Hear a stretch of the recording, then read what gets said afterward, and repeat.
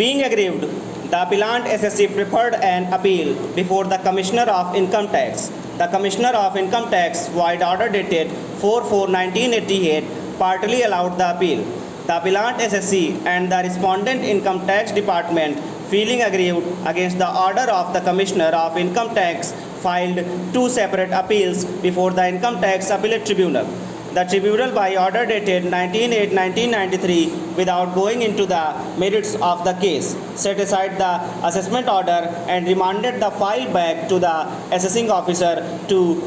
re-scrutinize the entire accounts after giving the appellant SSC an opportunity of being heard and also giving the appellant SSC an opportunity of filing any evidence in support of its claim that there was no discrepancy in its accounts as pointed out by the assessing officer or as found out by Commissioner of Income Tax in his order dated 4/4/1988. On remand, the assessing officer issued summons to 10 traders under section 131 within bracket 1 of the Act. In response to the summons, 5 traders appeared and gave evidence in favor of the appellant SSC. The remaining 5 traders did not appear because they could not be served with the summons as they were residing outside the state of UP.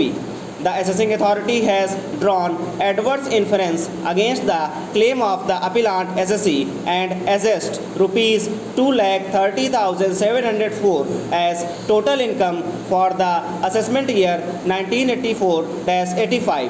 treating the transaction with the absentee traders as having been done by the appellant SSC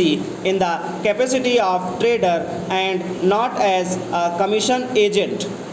The revenue, feeling aggrieved, preferred an appeal before the Income Tax Appellate Tribunal.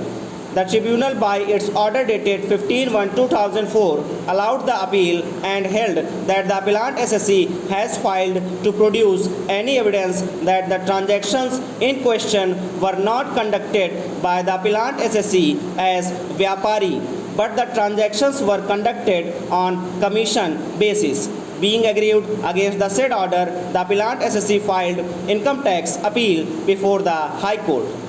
The High Court, as noticed above, as concurred with the findings recorded by the assessing authority as confirmed by the appellate tribunal and dismissed the appeal in limine. Now the appellant SSS is before this court. The learned counsel for the appellant SSC submitted that the High Court has committed grave error of fact and law in dismissing the appeal in limine without proper appreciation of the facts and legal proposition of law. According to him, for non-appearance of the traders summoned by the assessing authority, no fault could have been laid upon the appellant SSC and the assessing authority. The appellate tribunal as well as the High Court are not justified in drawing adverse inference against the appellant SSC, holding it to be trader in relation to the transactions conducted by the appellant SSC of the same goods in the same manner as was conducted with the traders whose evidence was accepted by the assessing authority. Per contra, the learned senior counsel appearing on behalf of the respondents has sought to support the order of assessing authority which has been confirmed by the appellate tribunal as well as by the High Court, contending that this court, in exercise of its discretionary jurisdiction under Article 136 of the Constitution of India, shall be slow in interfering the well-reasoned orders of the authorities, and the High Court, based upon the proper appreciation of the facts in issue and the law.